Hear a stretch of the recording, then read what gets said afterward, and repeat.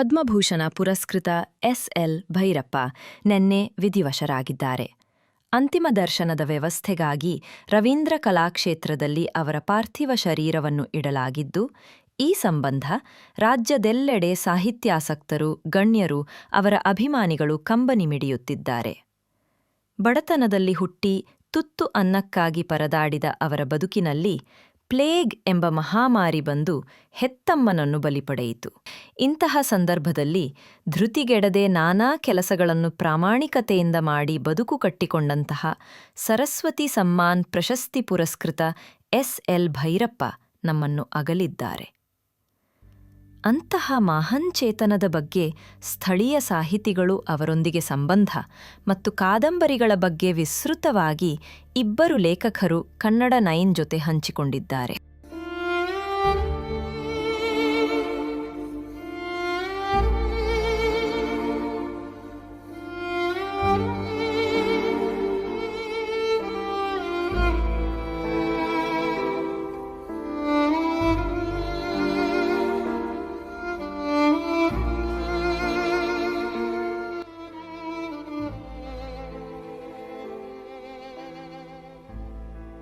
ನಾನು 10ನೇ ತರಗತಿ ಓದುವಾಗ ಗೃಹಭಂಗ ಎಂಬ ಕಾದಂಬರಿ ನನಗೆ ಬಹಳ ಇಷ್ಟವಾಯಿತು. ನಾನು ಮೈಸೂರಿಗೆ ಓದಲು ಹೋದಾಗ ಗ್ರಂಥಾಲಯದಲ್ಲಿ ಕಂಡ ಪುಸ್ತಕ ವಂಶವೃಕ್ಷ. ಅದರಲ್ಲಿರುವ ಕಥೆ ಬಹಳ ಇಷ್ಟವಾಯಿತು. ಅಂದಿನಿಂದ ನಾನು ಕೂಡ ಅವರದೇ ರೀತಿಯಲ್ಲಿ ಕಥೆಗಳನ್ನು ಬರೆಯಬಹುದಾ ಎಂದೆನಿಸಿತು. ಅವರ ಸ್ಫೂರ್ತಿಯೇ ನಾನು ಇಂದು ಓರ್ವ ಕಥೆಗಾರನಾಗಲು, ಸಾಹಿತಿಯಾಗಲು ಕಾರಣ. ನಂತರ ಕೆಲವು ಕಥೆಗಳನ್ನು ಬರೆದಾಗ ಮೈಸೂರಿನ ಜೆಎಸ್ಎಸ್ ಕಾಲೇಜಿನ ಪತ್ರಿಕೆಯಲ್ಲಿ ಪ್ರಕಟವಾಯಿತು. ನಂತರ ಲೋಕವಾಣಿ ಎಂಬ ದಿನಪತ್ರಿಕೆಯಲ್ಲಿ ಸರಿಸುಮಾರು 20ಕ್ಕೂ ಹೆಚ್ಚು ಕಥೆ ಬರೆದೆ. ಹೀಗಾಗಿ ನಾನು ಒಬ್ಬ ಉತ್ತಮ ಕಥೆಗಾರನಾಗಲು ಅವರು ನನಗೆ ಸ್ಫೂರ್ತಿ ಎಂದು ತಮ್ಮ ಅನುಭವದ ಮಾತುಗಳನ್ನು ಕನ್ನಡ 9ನೊಂದಿಗೆ ಹಂಚಿಕೊಂಡಿದ್ದಾರೆ. ಖಂಡಿತ ನಾನು ಅವರಿಂದ ತುಂಬ ಪ್ರಭಾವಿತನಾಗಿದ್ದೀನಿ. ನಾನು 9ನೇ ತರಗತಿಯಲ್ಲಿ ನವೋದಯ ಇನ್ಸ್ಟಿಟ್ಯೂಷನಲ್ಲಿ ಓದುವಾಗ ಅವರ ಗೃಹಭಂಗ ಅಂತಕ್ಕಂಥ ಕಾದಂಬರಿ ಕನ್ನಡಪ್ರಭ ಪತ್ರಿಕೆಯಲ್ಲಿ ಬರ್ತಾ ಇತ್ತು. ಆ ಧಾರಾವಾಹಿಯಲ್ಲಿ ಬರ್ತಕ್ಕಂಥ ಪಾತ್ರಗಳು ನಮ್ಮ ಸುತ್ತಮುತ್ತಲ ಪಾತ್ರಗಳು ಅಂತ ನನಗೆ ಅನಿಸ್ತಾ ಇತ್ತು. 10ನೇ ಕ್ಲಾಸ್ಗೆ ಹೋದಾಗ ಅವ್ರ ಬಗ್ಗೆ ಕೆಲವು ಸಂಗತಿಗಳನ್ನ ತಿಳ್ಕೊಂಡೆ. ನಾನು ಮೈಸೂರಿಗೆ ಜೆಎಸ್ಎಸ್ ಕಾಲೇಜಿಗೆ PUC ಓದಕ್ಕೆ ಹೋದಾಗ ದೊಡ್ಡ ಲೈಬ್ರರಿ ಅದು. ಅಲ್ಲಿ ಅವರ ಕೆಲವು ಪುಸ್ತಕಗಳನ್ನ ನೋಡಿದೆ, ಭೈರಪ್ಪನ ಪುಸ್ತಕಗಳನ್ನ. ಆ ಪುಸ್ತಕಗಳನ್ನೆಲ್ಲ ಓದ್ಬೇಕು ಅನಿಸ್ತು, ಓದಿದೆ.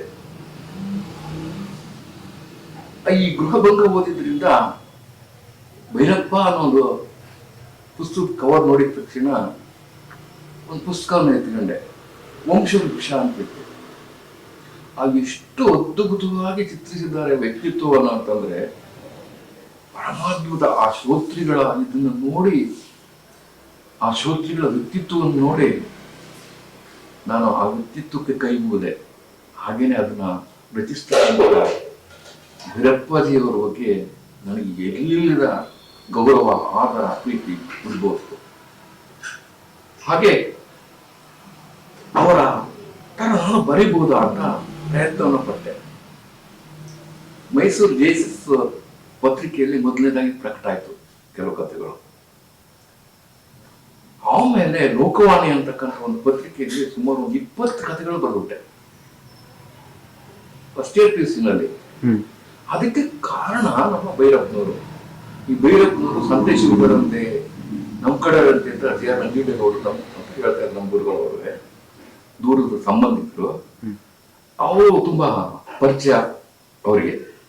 ಅವ್ರು ಹೇಳಿದ್ರು, ಸಂದೇಶದವ್ರು ಕಣೋ ನಮ್ಮ ಕಡೆಯವರು, ನೀನು ಅವ್ರ ತಾರೆ ಬರೆಯೋ ಅಂತ ಹೇಳಿದಾಗ ಇನ್ನೂ ನನಗೆ ಪರಮ ಆನಂದ ಆಯಿತು. ಆಮೇಲೆ ಮಹಾರಾಜ ಕಾಲೇಜಿಗೆ ಹೋದಾಗ ಅವ್ರನ್ನ ಭೇಟಿ ಆಗ್ಬೇಕಲ್ಲ, ಏನ್ ಮಾಡೋದು ಅಂತ ತುಂಬಾ ಇದು ಮಾಡ್ತಾ ಇದ್ದೆ. ಕೆಲವರು ಅವ್ರನ್ನ ಭೇಟಿ ಮಾಡೋಕ್ಕಾಗಲ್ಲ, ಬೇರೆ ಇರ್ತಾರಲ್ಲ ಅವ್ರು ಅಂತ ಹೇಳೋರು. ಚಂದ್ರು ಅಂತ ಒಬ್ಬ ನಮ್ಮ ಸ್ನೇಹಿತ ಇದ್ದ. ಅವನ್ ಕೇಳಿದಾಗ ನಮ್ಮ ಮನೆಗೆ ಸಮೀಪದಲ್ಲೇ ಇದೆ ಕಣಯ್ಯ, ಸುದಪುರದಲ್ಲಿ ಹೋಗೋಣ ಬಾ, ಅಲ್ಲಿ ತುಂಬಾ ಮೂಡಿಯವರು ಅಂತ ಹೇಳಿದ್ರು. ಆಯ್ತು ಕರ್ಕೊಂಡೋಗೋ ಏನಾದ್ರು ಮಾಡಿ ಅಂತ. ಸುಮಾರು ಒಂದು 6 ಗಂಟೆ ಸಂಜೆ ಹೋದ ಬೇರು ಮಾಡುವ ಬಂದು ಕೋಪ ಮಾಡ್ಕೊಂಡಂಗೆ ಮಾತಾಡ್ಬಿಟ್ರು.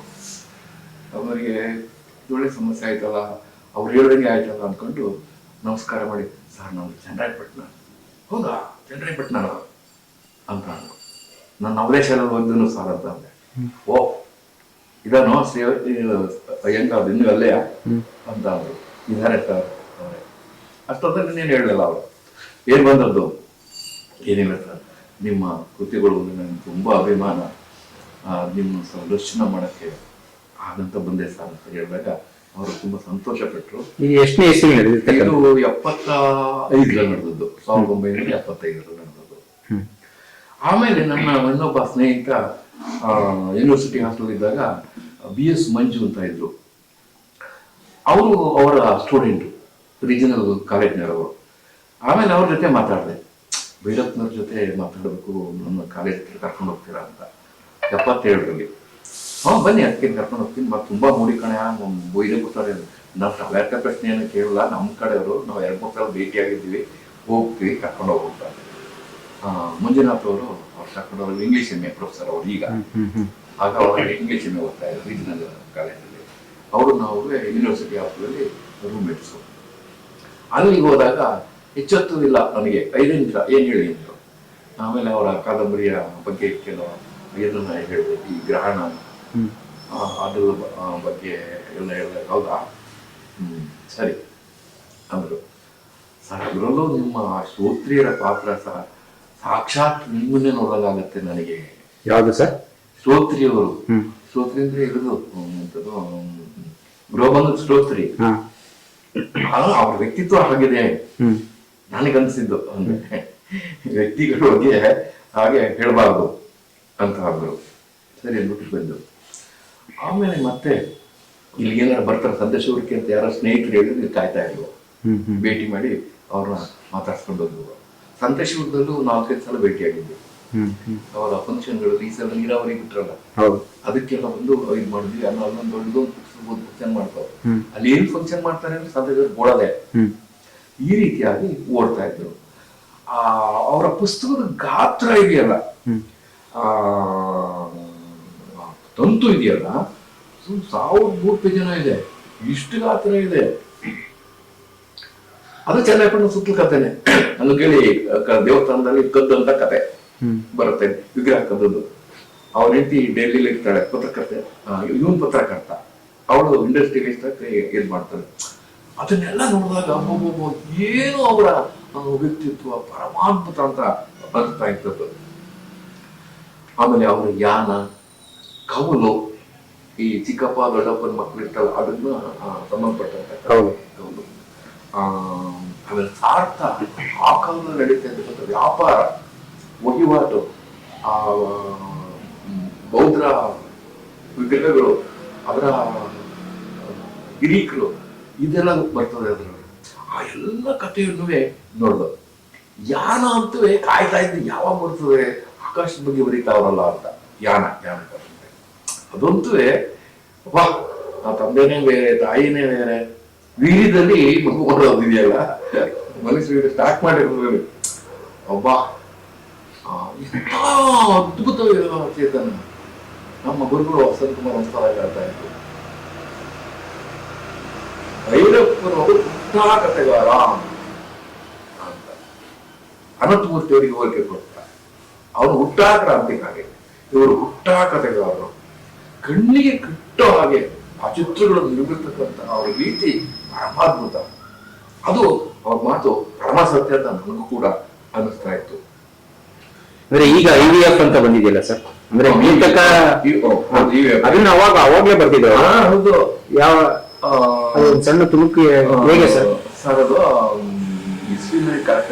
ಅಲ್ಲ, ಹೇಗೆ ಏನ್ ಸರ್ ಸ್ಟೋರಿ ಅದು ಅಂತ? ಸರ್, ಯಾನಕ್ಕೆ ಇಬ್ರನ್ನ ಕಳಿಸ್ತಾರೆ, ಸೆಲೆಕ್ಟ್ ಮಾಡಿ, ಒಬ್ಬ ಗಂಡಸು ಒಬ್ಬ ಹೆಂಗಸನ್ನ ಕಳಿಸ್ತಾರೆ ಯಾನಕ್ಕೆ. ಅದು ಬಹಳ ಇದು, ಅದು ತರಬೇತಿ ಕೊಟ್ಟು ಎಲ್ಲ ಇದು ಮಾಡ್ತಾರೆ, ಸ್ಪೇಸ್ ಕಟ್ಟಿ ಬೇರೆ ಗ್ರಹ ಹೊರಟೋಗ್ಬೇಕು ಅಂತ.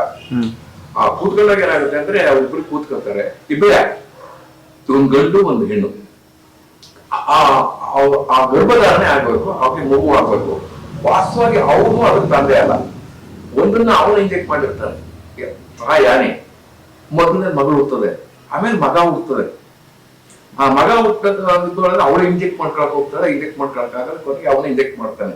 2 ಮಕ್ಕಳು ಹುಡ್ತಾರೆ. ಇದಾಗ್ತದೆ, ಅಪ್ಪ ಅಮ್ಮ ಇದನ್ನೆಲ್ಲ ಬರ್ತದೆ. ಅಂದ್ರೆ ಆ ಕಾಲದಲ್ಲೇ ಕೂಡ ಅಂತರ್ಗ್ರಹಣ ಅಲ್ಲಿ ಅವ್ರು ತುಂಬದ. ನಾವು ಎಲ್ಲಿ ಹೋಗ್ತಾ ಇದ್ದೀವಿ? ಆ ಹೋಗುವಾಗ ಇವರೆಲ್ಲ ಇನ್ಸ್ಪೈರ್ ಮಾಡಿ ಕಳ್ಸಿದ್ದೇ ಬೇರೆ. ಎಲ್ಲಿ ಹೋಯ್ತೀವಿ ಅಂತ ಗೊತ್ತಿಲ್ಲ, ದಿಕ್ಕು ದೆಸೆ ಇಲ್ಲ, ಬರೀ ಕತ್ಲು ಕತ್ಲು ಕತ್ಲು. ಇಲ್ಲ ಅಂದ್ರೆ ನಕ್ಷತ್ರಗಳು ಪರಿಸರ ಉರಿಯೋದು, ಈ ತರ ದುಂಡುಗಾಲ. ಅದು ಆ ಸ್ಪೀಡ್ ಅದನ್ನ ರಿಪೇರಿ ಮಾಡ್ಕೊಳ್ತಕ್ಕಂಥದ್ದು. ಆಗ ಅವರಲ್ಲಿ ಬರ್ತಕ್ಕಂಥ ಭಾವನೆಗಳು, ಅವರ ನೋವುಗಳು ಪರಮಾದ್ಭುತ ಆಯಾನ. ಇನ್ನು ಸಾರ್ಥ ತಗೊಂಡ್ರೆ ವ್ಯಾಪಾರದಲ್ಲಿ ಸುಮಾರು 12ನೇ ಶತಮಾನ ಅದ್ರ ಕತೆ.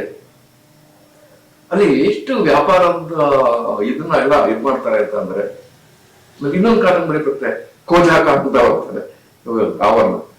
ಅದೆಲ್ಲ ಕೋಜಾಕ ಅನ್ನೋ ಆ ಥರದೆಲ್ಲ ಬರ್ತಾರೆ.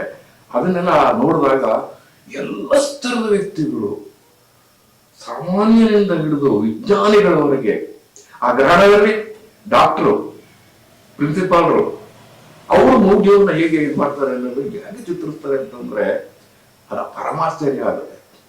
ಆಮೇಲೆ ಮತದಾನದಲ್ಲಿ ಭಗವನ್ ಬರುತ್ತೆ, ಅವನೊಬ್ಬ ಫೇಮಸ್ ಡಾಕ್ಟರ್ನ ಅವ್ರನ್ನ ಎಲೆಕ್ಷನ್ ನಿಲ್ಲಿಸಿ ಅವನಿಗೆ ಟೋಪಿ ಹಾಕಿ ರಾಜಕಾರಣಿಗಳು ಯಾವ ತರ ಬುದ್ಧಿ ಇರ್ತಾರೆ ಅನ್ನೋದನ್ನ ಎಷ್ಟು ಅದ್ಭುತವಾಗಿ ಚಿತ್ರಿಸ್ತಾರೆ ಅಂತಂದ್ರೆ, ಹಬ್ಬ ಈ ಮನುಷ್ಯ ಮುಟ್ಟದೇ ಇರೋ ವಿಚಾರವೇ ಇಲ್ವಲ್ಲ ಯಾವ ತರಲಿ.